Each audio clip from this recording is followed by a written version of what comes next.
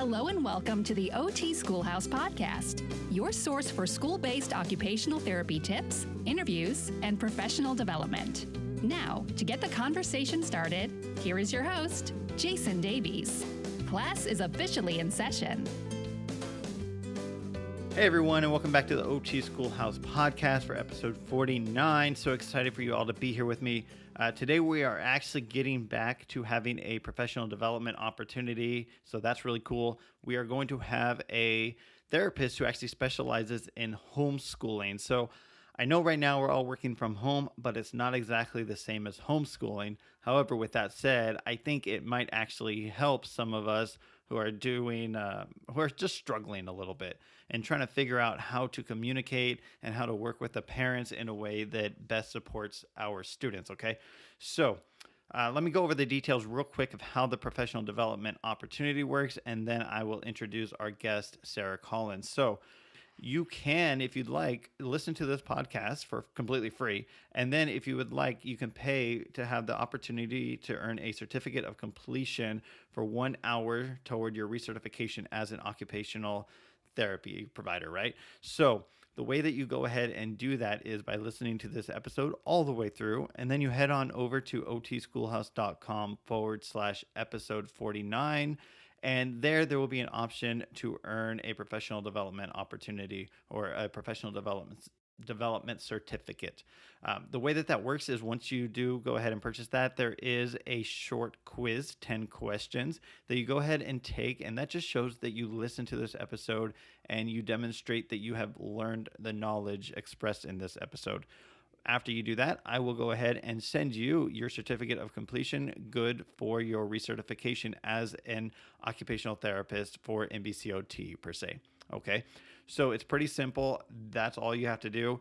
And along with the opportunity to earn that certificate, you're also going to get a transcript of this podcast, or at least the meat of the podcast, the interview portion of the podcast. Okay, so that's kind of how that works. Pretty simple. And because it's been a little while since we've done a podcast professional development, I'm actually going to have this podcast be 40% off between now and June 1st. So for 2 weeks after this podcast released, it's going to be 40% off. And then after that, it will go back to its full price, which still isn't too expensive, right around $20. Okay. So that's all I have to say about the professional development side of this. Now, let me go ahead and introduce Sarah Collins. She is an occupational therapist that specializes in helping families that homeschool. She has a website called collinstherapyacademy.com, and she'll talk more about that in a bit. But the title of this episode is really meaningful because it's homeschooling, coaching families for success. And it's that because Sarah doesn't necessarily provide direct therapy, and we'll go into the ins and outs of that in the meat of the podcast. But it's really interesting because we're going to go through and start broad and get specific. We're going to first start off and talk about what homeschooling is. What are some of the stigmas behind homeschooling? And then we're going to kind of jump into special education in homeschooling. Does special education even exist in homeschooling? Do kids that are homeschooled have the option to have IEPs? Can they get tested? So we'll talk a little bit about that, and then we'll dive into some of the research specifically behind occupational therapy and homeschooling, all right? There's not a lot, but there is some, and Sarah is going to share that with us. So hang tight, and it's going to be a good one. So let me go ahead and bring on Sarah Collins. I hope you enjoy the show. Hey, Sarah, and welcome to the OT Schoolhouse podcast. How are you doing today? We're doing great. In the middle of a pandemic, as great as you can do. Absolutely. Oh, gosh, I can't even talk today. Just stuck in the house, man. Everything's just gone. So actually, I just want to bring this up. You were just showing me your notes for today. You want to go ahead and describe your notes, what they look like right now? Oh, well, so I a very nice little outline just to make sure that I had some major takeaways and stuff. And my 4-year-old was in here earlier. I have a nice lightsaber up in the corner. I think he was working on, I don't even know. I think there's an eyeball here somewhere in the middle. Looks like some cross. I don't know. But I'm going to be really lucky if we make it through with all of the major takeaways. Yeah. And so, I mean, that just kind of goes to show with everything going on right now with the pandemic, everyone is in the house all day long. Kids are anxious. Adults were all anxious. How are you and your family holding up? We are actually doing very well. I was just talking we brought up my husband's grandparents last week or 2 weeks ago now. Their COVID was in their assisted living. So we went ahead and brought them up here to make sure that they stayed safe. So now we have myself, my husband, my 3 kids, and two 90-year-old grandparents. So the good thing is, I also have a background in home health care, and good old Nanny she's getting round the clock occupational therapy. She doesn't even know it. So There you go. like, hey, it's been an hour. Time to get up. Let's get walking. Shower. The We got that covered. right, the benefits of living with an OT. Oh Right. man. All right, so we are here to talk a little bit about homeschooling and how you provide homeschooling, occupational therapy type of services. We'll get into more of that in a second, but first, tell us a little bit about your background as an occupational therapist. Right. So I graduated, I don't even know, a long time ago. I started out in pediatrics, working at Kennedy Krieger in Baltimore. And then once I had my children, my daughter's 11, so I guess it was around that time. But once I had my children, I kind of thought working with pediatrics, I was really giving my all to other people's kids, and I would get home at the end of the day and really just be zoned out. And so at that point, I started working home health care. And I did that. I was working full time up until my oldest was in 3rd grade. My husband was working full time and had an hour and a half commute. And, so I had 2 in public school, and then my youngest was 1 in full time daycare. And so we were just, doing that kind of corporate grind kind of deal. Um, then at that point, I actually was in a client's home, and her daughter was homeschooling their children. And it was, to me, just mind boggling, the stuff that I would hear them talking about and the Mhm. discussions that they were having. And even, even the geography that they knew, that I was like, I don't know what they should. So that kind of just spurred my thoughts at that point. And so, but there was no chance for me to do it again. I was working full time. So then, actually, only about 3 or 4 weeks later, my husband was approached for a job up here in Philadelphia. And we ended up moving within a matter of 2 months. I think we moved, he found out in January, we moved in March. We got up here. I moved them into public school up here. And then at that point, we were moving again in May to start into our like permanent home Yeah. from a rental home. And I said, we're not switching schools again. This is silly. Yeah. And so we started homeschooling at that point, and kind of have never really looked back. We came on a fantastic community of homeschool families, and just we've loved it. So that's where we are. Okay. So, what was your job transitioning when you moved?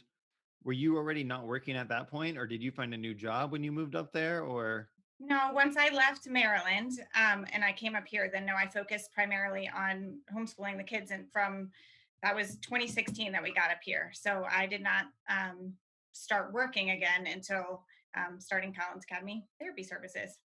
oh, So okay. I Well, kept up my license and kept up with research, but that was it. Mhm. gotcha. Okay. And so that's kind of obviously how you got into the homeschooling niche, obviously. So Mhm, tell us mhm. a little bit about your current OT practice. What does that look like right now then?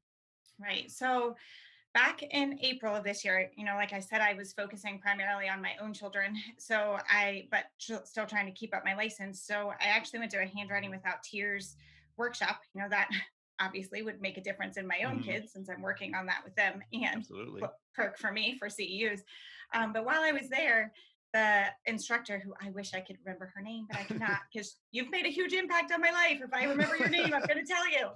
Um, but she just kind of on a sidetrack mentioned to me, Sarah, there are so many families that are coming to these types of seminars that are working with their kids at home, and whether they have special needs or whether they're just homeschoolers that are using this program, that ask a lot of questions and could really benefit from having an occupational therapist that is familiar with the homeschool world to Hmm. bounce ideas off of and to talk with. And it kind of spurred thinking a little bit. And then I had another family, who was homeschooling their child who has cerebral palsy, and we talked through their day, a whole day one time, and she's like, you should really start a business. And so that was just April of last year, so almost exactly a year ago. And it took me quite a bit of time to get through, how to make this work and within licensure, and talk to AOTA, and to get through all the business part of it. And then in October, started Collins Academy Therapy Services. So basically, and we'll talk a little bit more about, Yeah, what I I just do wanted, later. yeah, just in a nutshell, that you are basically helping parents who homeschool their Mhm, children with mhm. OT like services in a way. And we'll Yeah. get So more into that in a second. I'm acting, yeah, more like an educational consultant with an OT background is Yeah. basically what I'm doing. Mhm. Yeah. So obviously, right now, there are many kids that are quote unquote homeschooling right now, not officially homeschool, but they're obviously at home and Right. somehow getting school. Um, would you mind starting off with what a more traditional homeschooling looks like? And obviously, you learned firsthand this a few years ago. How was Right. that, and what have you come to know homeschooling as? Right. So it's really interesting. There's no two homeschools that look alike, and really, it's the epitome of an individualized educational plan. Right. Of an IEP, really, because each family is choosing curriculums, and there's a bazillion million of them. That's a real number, by the way. Wow. No, I'm kidding. A lot of curriculums out there, a lot of different ways to do it, and even philosophies of education that are there. We in our home, we model called the classical model, Hmm. um, which basically is going through three phases of learning. Starting, my primary example is really the alphabet. You're starting to learn the alphabet and to recite it before you even know what those letters mean. So my youngest is even reciting things like geography, places, and history sentences and stuff before he really comprehends what that means. Then later on in his life, and my older kiddos, obviously, you're able to ask more questions about that. And then later on, even further, then you're able to compare and contrast, and you're able to look at how that fact or whatever can impact your world. So Hmm. um, that's our main focus. There's tons of others. We also do, there's something called Charlotte Mason philosophy, and that spends a lot of time outside and doing nature studies and child-led learning. And so we do a lot of that as well. But again, there are no two families that do the same thing. Yeah. And it's interesting that you bring up curriculum, because that's such a big word, obviously, for education. You can't really talk about Mhm, education without curriculum. And that's mhm, one of the areas that I often find that occupational therapists don't know very much about. And I mhm, almost feel like that might impact the way that you do or do not provide services, especially if you're a school based occupational therapist. mhm, And mhm. so I guess my question then is, how has learning about curriculum impacted kind of what you do as a therapist? It a lot actually, and because I got to go through this from both perspectives, both as a therapist and as a parent. My son has convergence disorder and visual scanning insufficiency, and so he has had a very difficult time with reading. And look, so having to choose reading curriculums, I was working with my daughter who had no issues whatsoever and really just took off reading, and then having to go through and sort through all of this information with my son, and coming up with different, again, educational theories and reading through. We ended up with something called it's all about reading and all about Mhm. spelling, which follows a Orton Gillingham approach. But it just opened my eyes that there are many different ways that children learn, which we know as OTs. We look at kinesthetic Mhm. learning versus visual learning versus auditory, learning. And so for me, it has made a difference to know those options are out there, but then to put the onus kind of back on the parents in this area. I can do that. I can put the onus on the parents and say, hey, it seems like your child is a kinesthetic learner. Where can you go to find those resources? So I have been able to look at the way that a child learns and have that influence what they're doing within their homeschool. Gotcha. And I just Mhm. want to ask this up front: is, are you providing at all OT services for your students? I mean, naturally you are an OT as a parent, so you're going to Right. use concepts, but you don't Right. actually provide services to your students, right? You're just their teacher To my own children or to your own children. to my own children. Well, no, I mean, that's really hard because, occupational therapy, we're looking Well, at that's what I mean. occupation Yes, throughout the yeah. day. So my mind is always working as an occupational And that's what I therapist. mean. Yeah. So you're always an OT, but at the same time, Right. you're not trying specifically. And again, you are in a way because you're an Right. occupational therapist, but you're Yeah. just their teacher at this point. Yes. I Yes. get, Okay. yes.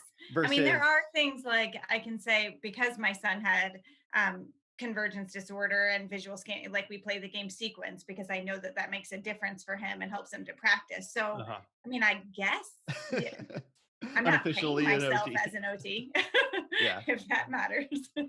All right. And of course, I really want to dive in. And as we go further, we're going to dive more into this special education side of it. But Mhm. first, I have a question. And this is one that is a little weird, but I want to ask you because I remember growing up when I heard that someone was being homeschooled, there's a little bit of a stigma around it. At least there was. I don't know if there is anymore, but I want to give you a moment to maybe address some of the misconceptions about homeschooling. Right. So, believe it or not, I actually wrote a paper in college. It was a persuasive essay on why not to homeschool your children. you know, I came from Ironic. right. I came from a public school background. That's what I knew. That's what that was my biased opinion. And again, I had no intention of ever doing this. Was not in my plans until I saw the beauty of it in somebody else's home. So, I would say yes, there is still somewhat of a stigma. I get occasionally the, well, how do you socialize your children question.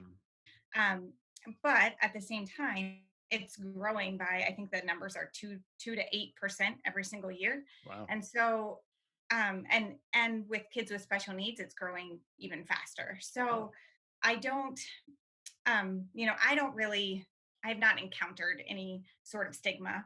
Um, what I would say as far as therapists working with families who have special needs is, or families with that are homeschooling is a that socialization question. Don't ask it.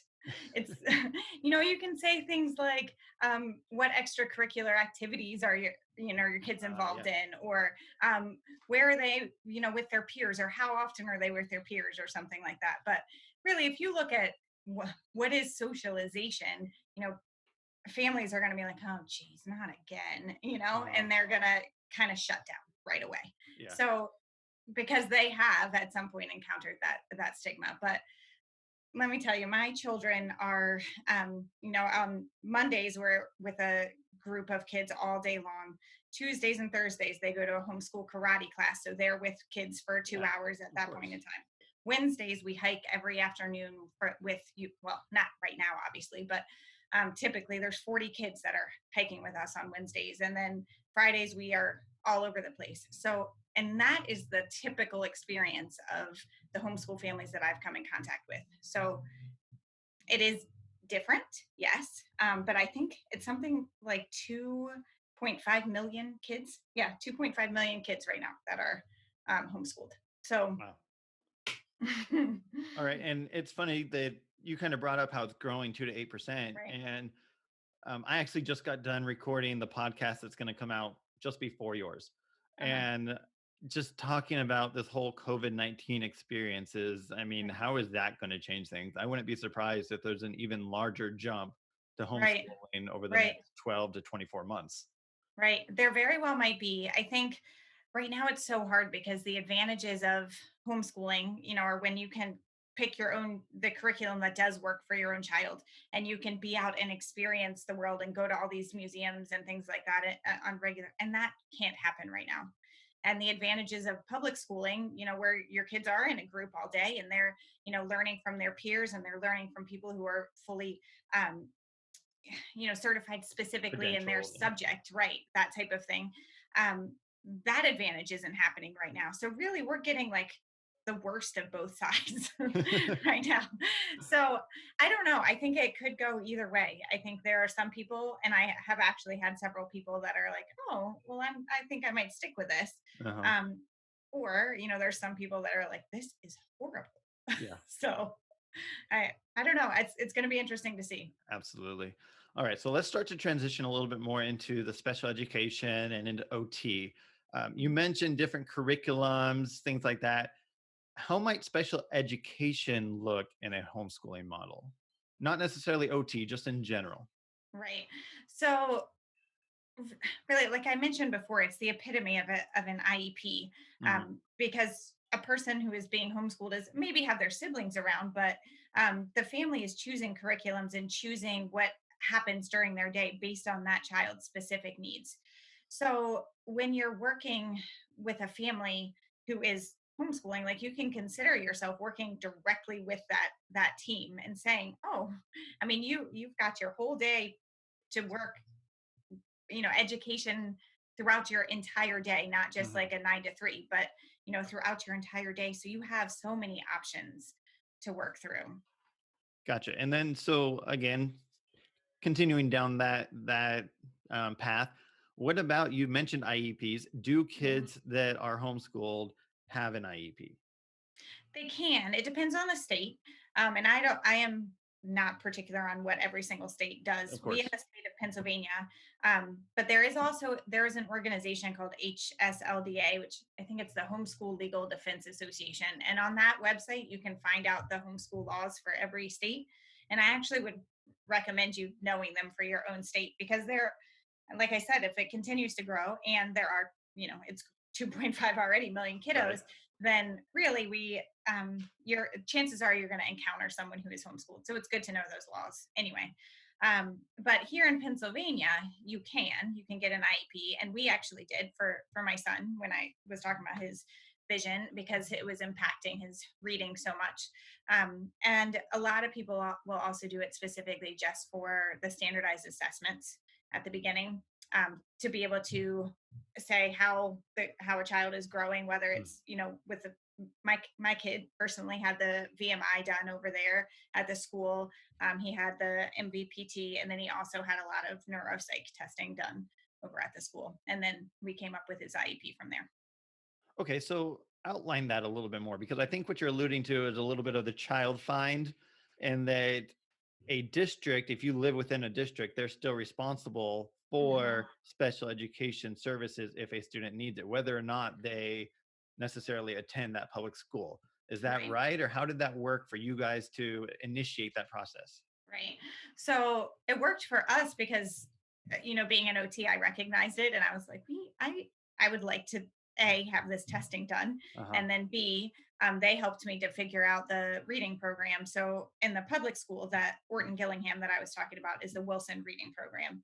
The Orton Gillingham was taken from that and designed for or for homeschoolers. But basically, when I recognized it, then I contacted the public school system. And people who are homeschooling may go through that route if they can, or if they know to, or they may just do, through the medical model. So it really depends on the family. But yeah, so what we did is went in, we had all the testing done, um, once I requested it, and then they developed the IEP. And we had to have, a regular ed teacher sitting in there and a special Hmm. ed teacher sitting in there, which was actually kind of funny. We I think they just didn't really know what to do with us. You My mean you husband, couldn't sign on the general education, special yeah, education, and the OT right, line all at once? right. I know. And my husband was sitting in there with us. I mean, this goes back to the stigma, but he was like, Sarah, I feel like they were waiting to see like you and show up in your denim dress and walk out from like, with your apron on or something. I was like, I know. They didn't Um, really know what to do with us. But um yeah, because they ended up having people who had no idea who my son even was in the meeting just to fill those spots. So again, that's another spot where I would encourage you as a school system or as an OT who's sitting in on this IEP meeting with a homeschool family. Sure, you're going to have those other people in the meeting, but really talk to them as if they know what they're doing, because chances are they do. okay, yeah, yeah. All right. So then, as far as services go, then did the public school have their employees provide services to your son? So they offered, and they could have. He qualified for OT once a month, which I kind of said, well, he lives with an OT. And so and he was getting vision therapy at the same point. They offered him also the Wilson reading program there, but he was going to have to go in every day for half a day, and that would have been great had we not had all those. I mentioned all the other Hmm. co-ops that we do, and so it would have changed our entire life, really our life for my other children as well, to be able to get him there and back. And so we found the same program that I could do at home, and so we did that. So now he just follows up every year to for the testing. Gotcha. So, And then what about in general for OT speech type of services? What are the options for? You kind of mentioned that some do medical, some do public school, but if you can go a little bit more into detail about what that may look like.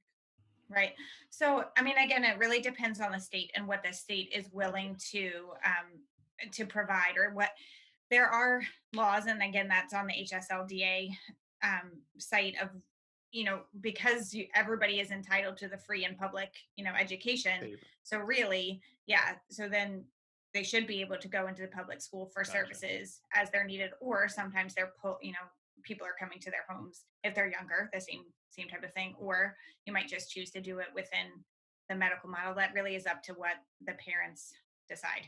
Gotcha. So in your case, you said that the school was offering one time a month OT, which I'm Mhm. assuming would be some sort of collaboration, consult, See, that's what something. you would think, but no, that's they offered us 30 minutes of direct occupational therapy, and which I said that seems really not like it's going to do much good. Okay. Um, So then did they want you to bring your son into the school to provide that service?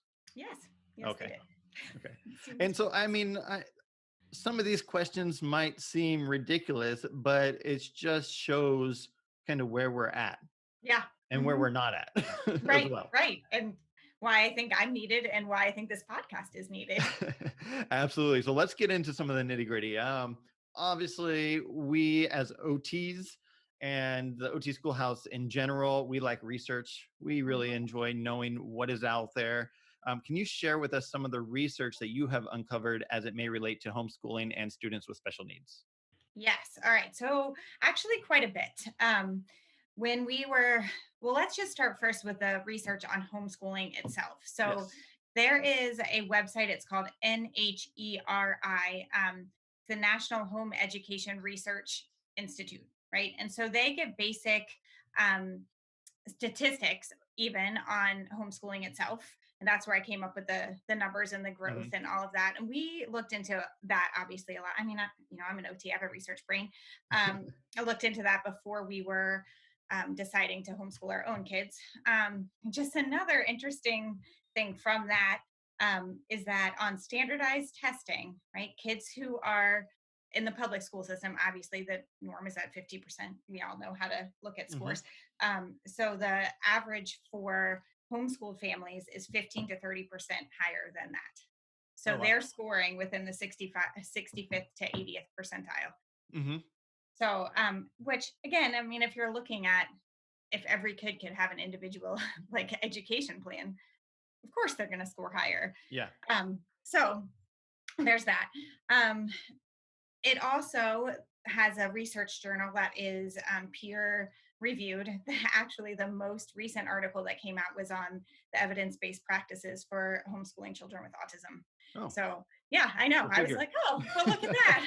It's just right. I mean, this one just came out, and I was looking through it, kind of preparing for this podcast. Hmm. But it even goes into the practical applications of learning, and looking at evidence-based practices for just moving from math. Sure, we're doing our math worksheet, and then we're going to carry it over to cooking, which you can do when you're homeschooling on a everyday basis, Hmm. or carrying it over into counting.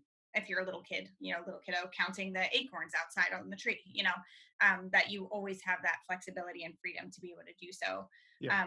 They also have articles there on social development and what social development looks like for kids who are homeschooled, that type of thing. So that's the basic research just on homeschooling, right? Okay. And the where you can get most of that. Then when I was starting looking into homeschool starting the business, starting Collins Academy Therapy Services, I looked at just what is the research on homeschool and occupational therapy itself. And there's only actually printed out my copy right here to make sure that I gave everybody credit, but there's only one article that I could find. It was by Susan Iliff. And it basically is saying that the research question was, do people even who are homeschooling, do they know about occupational therapy? And do they know how to find it? Do they know how to access it? And so their results were that, yes, 90% of the people did, that they had general knowledge of occupational therapy out of their service, or of the people that they interviewed, 29% had actually used, but most of those were using public or private insurance. So therein lies the need for me. Yeah. That their conclusion was that there's an opportunity for OT practitioners to provide services for students who are homeschooled in their educational environment, or to promote those educational goals, which Yeah. And it sounds like they're kind of coming at it from saying that there needs to be an educational, like public school type of service, not going to a clinic a few times a week or something like that. Right. Okay. Right. Mm-hmm. All right. And was that also the article that talked about the coaching model, or was that a different article? No, those are different articles. Those are the ones when I was trying to come up with, how am I actually going to open this consulting service? Because I mentioned before that it took me quite a while, because I had to work through, what does that look like for licensure? Because we talked about how many people who are homeschooling across the nation, but if I have to be only seeing the people who are homeschooling exactly in the state of Pennsylvania because of my license, I'm going to run dry here pretty quickly. Mhm. So I had to switch over and switch my thinking to more of a consulting versus direct therapy. And that's when I was looking at a lot of articles based on coaching. Do you want me to go ahead and go into that now? Well, I was going to ask you, do you want to give a little bit more in depth about what you're doing first, or do you want to talk Sure. about the articles? And I think we're going to go over both, but whichever one you Yeah. kind of want to go with first. Okay. So basically what I'm doing is I start with an initial consultation. Is we've had to kind of work through what I can call it, because it's not an initial evaluation. I am not doing direct therapy, and I have to be very clear about that, because again, I'm only licensed in the state of Pennsylvania. So with that being said, what I do is really talk to the parents about what their homeschool day looks like. Now, again, it's kind of hard, because a homeschool day is not a 9 to 3 or 7:30 to 2:30, whatever the hours of a school day are, because education, the good old quote that we all like to say is, education is an atmosphere. So when you're homeschooling, you're looking at all day long what your child's day looks like, and how you are learning throughout that entire day. So I get the advantage of being able to talk through within the homeschool lens of even ADLs in the morning, and cooking breakfast, and their time when they're going outside, and their extracurricular activities. And so the parents and I really talk through that entire day. I use the Canadian Occupational Performance Measure to set up the goals with the parents. Like, what is your child doing well? Where are you seeing needs? Are these needs, do they have sensory needs? Do they have, is it a positional, or the time of day? So an environment need, or is it specifically like, my kid is having a hard time with reading? Okay, so why? We talk through the entire thing, thinking of them as the expert in their child, but also as the homeschool educator. Mhm.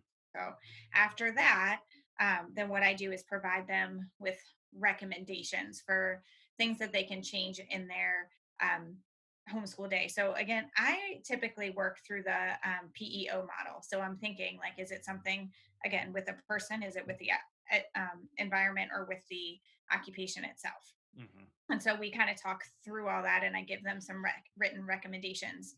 I'm also, my main thing is that I am, and I have to, again, make it very clear, I am not doing direct therapy, but a lot of times what I'm doing is trying to say, okay, so it looks like your kid needs direct therapy, and these are the ways you can go about it, either through the clinic or through the school system. And then I'm, talking to OTs to make sure that they're homeschool friendly, that they're not going to come out with that bias right at the beginning and say, no, your educational choice isn't right, because each family's educational choice is their family's. So I talk through a lot of that with OTs and try to network that way.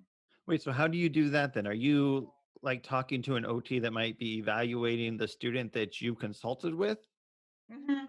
If they need direct occupational therapy, sometimes it's like once I talk through with his family that no, you know what, your kid is gonna have a better day if we start off earlier in the day. Or I can say things like, I can look at handwriting programs with that family, Uh-huh. because whatever. So if it's something that I feel like they need direct occupational therapy, then yes, I am. I'm calling around for OTs in their service area and finding someone that I think is going to fit well with them. Oh, wow.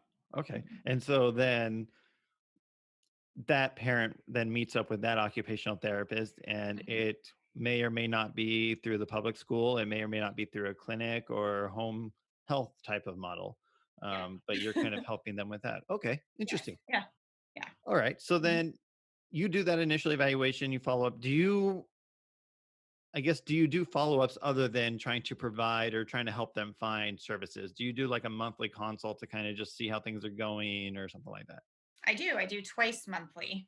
And they're usually 15 or 20 minutes. I mean, they're really short, but it's looking at, we continue on with our COPM. I'm looking at their scores there. I usually do that again, I just started this in October, but, Hmm. but my goal is to be doing that every 3 months, just to, looking at my pre and post measures and all of that. And their satisfaction scores as they're going through. But yeah, so we then look at those recommendations, and is there anything new, or is there something that we need to tweak, or sometimes just reminding them of the recommendations that were already made. um, or sometimes they're like, you know what, um, this has been going really well, but now I'm seeing this, Uh-huh. so we'll then talk through that next issue. Gotcha. Okay. Yeah. So we started down the road and we went the other way, but about the research, what Yes. research did you look up when you were kind of developing your program? Right. So I knew, because I couldn't do direct therapy, that, and there are so many people out there that are doing teletherapy right now, obviously, and Hmm. more power to you. I think that's fantastic, fantastic.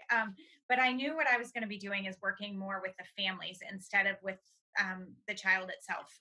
Again, because I cannot do direct therapy across the nation, so I had to look up, how am I going to effectively um, coach, or effectively um, kind of explain the way that an OT thinks, or the way that I'm thinking, to help them within their homeschool. So I started, there's an article that came out in 2013, that is the effectiveness of occupational performance coaching in improving children's and mothers' performance and mother self-confidence. It's a That's a mouthful. mouthful. Yep. um, but it was by Fiona Graham, and so that one really helped me to look through, what is performance coaching, how am I going to have pre and post test, or post service measures, really. What they did was they had a they did the COPM, the goal attainment scale, and I'm leaving my head right now, but they did one other one.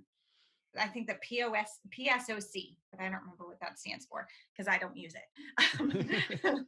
I'm glad that they did, but I did not. Anyway, and so what they found was, when they were providing the emotional support, then they were giving an information exchange, right? So that's kind of where I am tutoring, or I am having a conversation with the family on what my thinking is.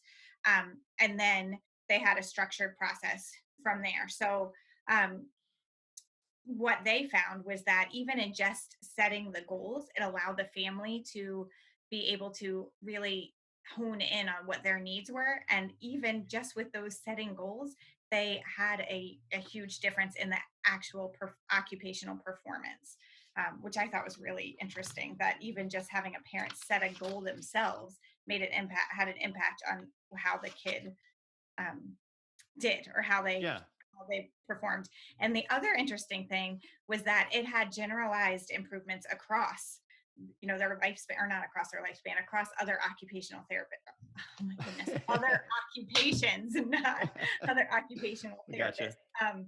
Yeah, so I thought that was really, really interesting. And at 6 weeks later, they had all maintained their levels on the COPM, their satisfaction levels and their performance levels. So So just to 6 weeks clarify, later, they set up a goal, mhm, potentially with an OT or with someone, the parents set up a goal. mhm, No services were rendered, no, but the student still made progress, potentially on because those the goals. parent had that on the front of their mind and was Mhm, actually cognizant about what they were mhm, doing. mhm. And because they had coaching on, okay, so this is how we could help to make a difference to achieve this goal. So Okay. the occupational therapist was coaching. Did they say how often that was, or was it just like a, hey, here's the goal, here's some things you can try? So they had, I'd have to actually look back at it to see when they were, I think they met 4 times. Okay. So it was like, but some were even, it was like 1 week before they set the goals, and then they were setting the goals, and then they met a couple weeks after. Again, I'd have to look back at it Either way, because it was a this lot was less than one time a week for 30 minutes for the entire school year. exactly, or 1 time a month. Yes. Hmm. Yes. Okay. Yes. So I thought, I mean, that one was super fascinating to me. But then from there, I was like, all right, so we can say that coaching would make a difference, but what exactly does coaching look like? Right. So Mhm. then I looked at an article, it was called Occupation Based Coaching by Means of Telehealth for Young Children with Autism Spectrum Disorder. So, and they also mentioned in there some other coaching philosophies that I looked at. But from that article and putting those two together is where I came up with what are the pre and post measures that I'm going to do. The COPM that I already talked about. I also a lot of times will give the PD because that helps for us to really hone in on what occupations we are needing to address during the Sorry, day. which one was that? The PD, the pediatric, hmm, I forget what the E is, um, disability Pediatric. inventory. Okay. Um, yeah, so that one, and that's a parent survey too. Okay. So yeah, so what is that E? That's really going to bother me because I always say PD. I don't really remember even what it is. I'll have to But look it up for you. yeah, thank you, thank you.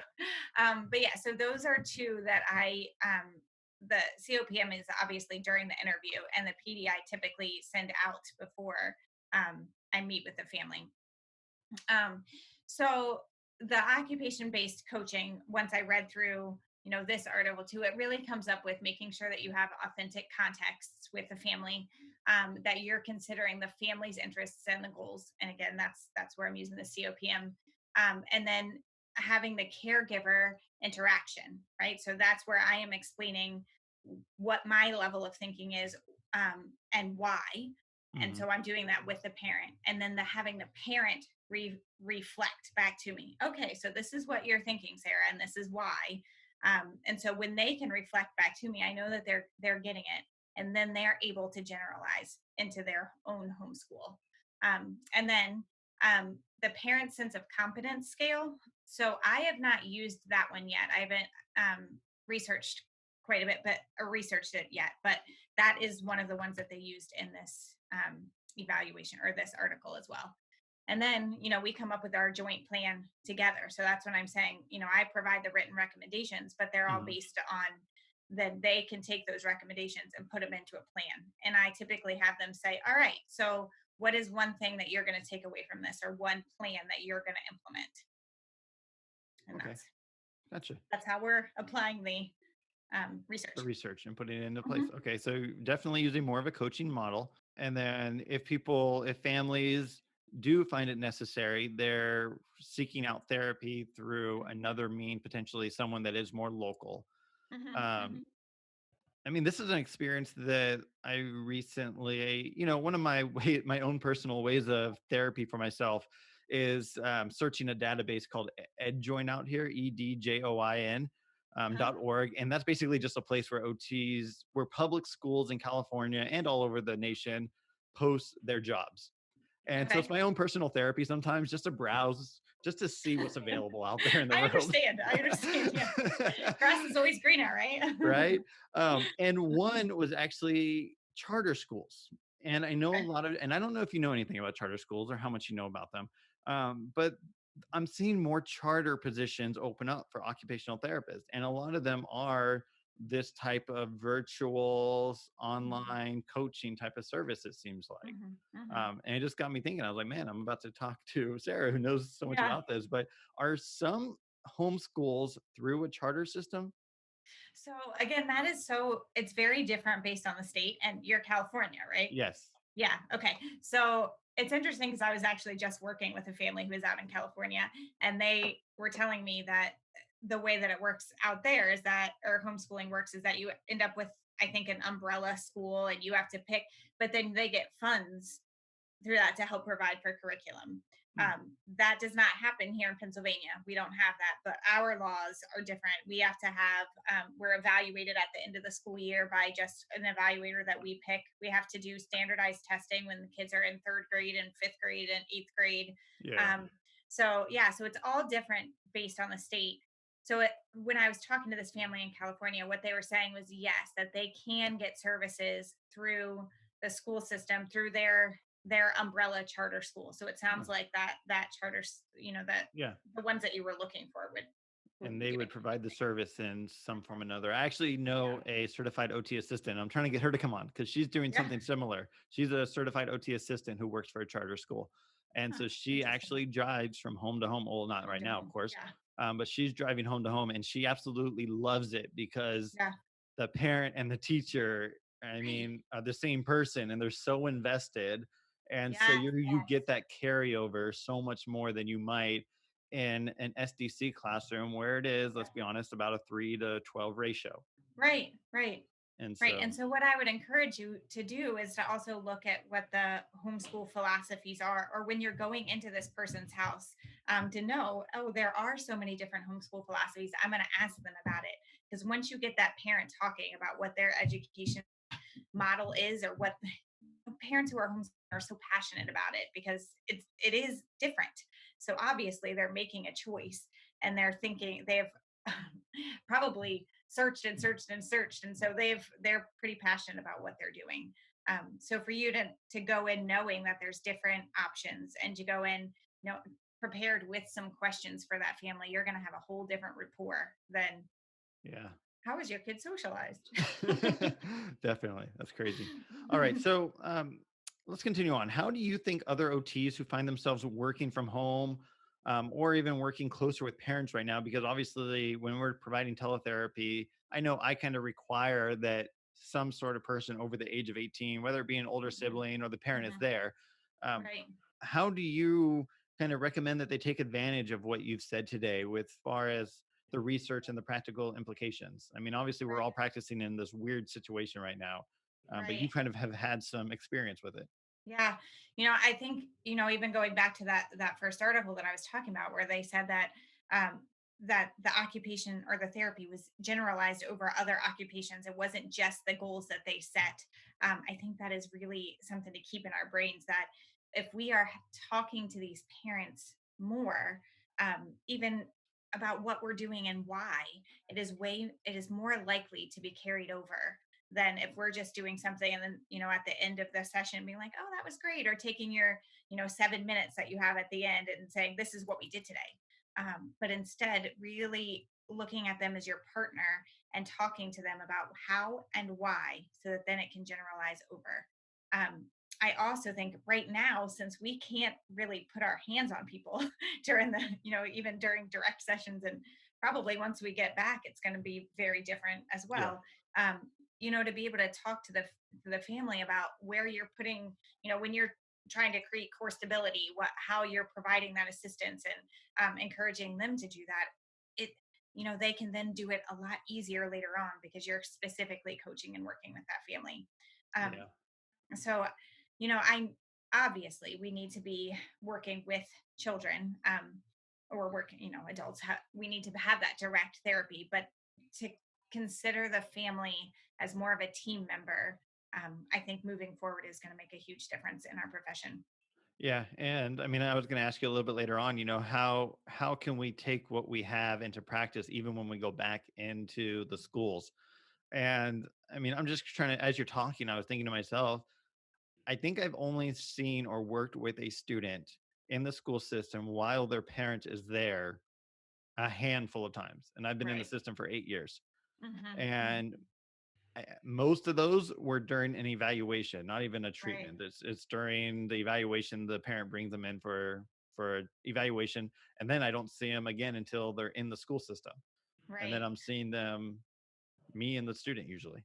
Right. Well, and that's because you're working, I mean, your goals are all set based on how they can work in the educational Correct. model, you know, Correct. Yeah. I mean, their goals are throughout that Yeah. exact time period. Whereas again, the difference when you're homeschooling and is that your education is not just that specific when you're doing your math or your science, it is your entire day. Absolutely. Um, so I don't really remember where I was going with that. Oh, I mean, I think it just, even though maybe we're not speaking with the parent as much once we get back into brick or mortar, Mhm. we really have to basically almost replace the parent with the teacher, because the Yeah. teacher is there for 6 hours a day with that student, Right. as Right. are the aides. Right. Unfortunately, they can't. It's hard to find time that you can work with them. I mean, let's Right. be honest. They're with students 6 hours a day, so that doesn't leave Yeah. them a lot of time for you to interject and work Right. with them yourselves. Um, I would love to see, the IEP meetings when you're coming up with those goals. If you can look at this article that is talking about when the family was involved in making the goals, the differences. And I mean, it said that some of um, the success came before the interventions even happened because wow. their families were setting the goals. Yeah. So if you're looking at setting them with a teacher or setting them with the parent, how different can that be for the child? Because everyone's involved and everyone is invested. Yeah, and that's a big takeaway, because oftentimes at an IEP, the IEP team develops goals prior to the IEP. We Mhm. walk in and we Mhm. ask for approval, Right, right, versus calling the parents ahead of time and saying, "Hey, right. where do you want to go with your students' goals?" Right, And right. giving And I them the understand. I opportunity. mean, again, that's a best case scenario. Of It's course, of course. everybody's time and everybody being so busy. But I also wonder once we're getting back and the parents have really been involved in their children's education right now, whether, I mean, it was a forced pandemic schooling or whether, it Hmm. is they're all more involved in their children's education right now. And so going back into the school system, I'm wondering if they're going to want even more involvement at that point. If they're going to say, hey, I know how my kid does with fractions now, and I know how he learned when we Yep. were doing that, if it's going to be a different situation. I don't know. Yeah, it's really interesting. I'm sure other therapists are seeing it, that we have parents saying, "Hey, I need help with behaviors," Yeah. Right. and they don't realize that they're not seeing different behaviors than we're seeing at the Right. school. Then These you're are the seeing the same pressure. behaviors, but they Right. think that maybe they're seeing those behaviors because they're at home all day. And Right. that's not always the case. I mean, we were seeing those behaviors at the school, but they just didn't know about Right. Right. it. And And so, yeah, yeah, so now that, everyone's kind of on the same page, page. yeah. So I think it can be a fantastic thing for the future. I think also, though, I mean, it's going to be hard and something to work through, but I think it really can make a big difference. Yeah, and we just answered the next question I had, was how are things going to change forever based upon Right. COVID-19? We talked a little bit. Oh, okay. Let's talk about how are things going to change forever in homeschooling specifically, not in therapy. How do you think this is going to change homeschooling? Well, I mean, we talked a little bit before about whether it's gonna the numbers are gonna continue Yeah. to increase, and I don't know. I do know that it is right now. This is not our typical homeschool either. I mentioned before all of the us getting out, however often we do, and the social interaction that my kids have with other groups, and Hmm. so all of that is different right now, and who knows when all of that will go back to normal. We also, it's funny. I don't, my kids, it's not that we're never on screens, but they are not used to Zoom, and they, they are not used to having, when they're learning to have like 30 different faces staring right back at them from, Hmm. that's what we're doing with our nature study right now. And I found that they have about their attention span is of a gnat. when that is happening. My Right. son's like changing his virtual background and Yep. oh my Oh my God, gosh, I have this so many kids. I'm like, show me your no. work sample. And he holds I up his know. paper and it blends into his background. I'm like, Because the you got green to turn screen. off your background, kid. I do not need to see the Milky Way right now. I need to Oh see man, it's what is cars. This happening. kid, he's just obsessed with cars. So he has a different Ferrari or Lamborghini like every time I see him. Oh my gosh. Oh, all right. Last few questions. What tips do you have for any therapist who may be interested in dipping their toe into working with families who are homeschooling? All right. So I kind of mentioned already that just knowing that there are different philosophies of homeschooling and different philosophies of education to be able to talk to the family, even just to ask the question, oh, so what kind of homeschooling do you do? Or what is your specific philosophy? Can really get them talking and you can find out so much about what the kid needs. Like, for example, with when I was talking before about we do classical learning, which does take a lot of memorization when they're younger. And it also helps us, we go through things with um, song, like adding things to song to help memorize. And I have different movements or vision or things like that I'm adding in there. So it's good to know, okay, so if you're doing the classical method, then these are some things that your kids are going to need. And to be able to say, okay, so how do they memorize? That's a good question to ask a person who is educating in our way. So just to know that there's different philosophies out there, and to ask those specific questions, or to say, um, what handwriting curriculum are you using, or are you doing cursive, things like that. Hmm. I would also ask, what extracurricular activities are your kids involved with. The majority of homeschoolers are seeking out options for their kids to be involved socially. So, or another good question is, does your child ever have to do public speaking? Right. I mean, the program that we do, my kids every single week have to do a presentation. And Oh, so, in front of their peers. So that is a huge part of our homeschool. So for if I'm taking my kids somewhere, for somebody to ask them about that or to ask me about it, um, it is involving me, and it is allowing me to set a goal, and to look at a need differently than a person who would be in a public school system all the time. yeah. So All right. I would just say, really trying to think about your questions outside of the box than just your social stigma that sometimes we talked about before. Yeah.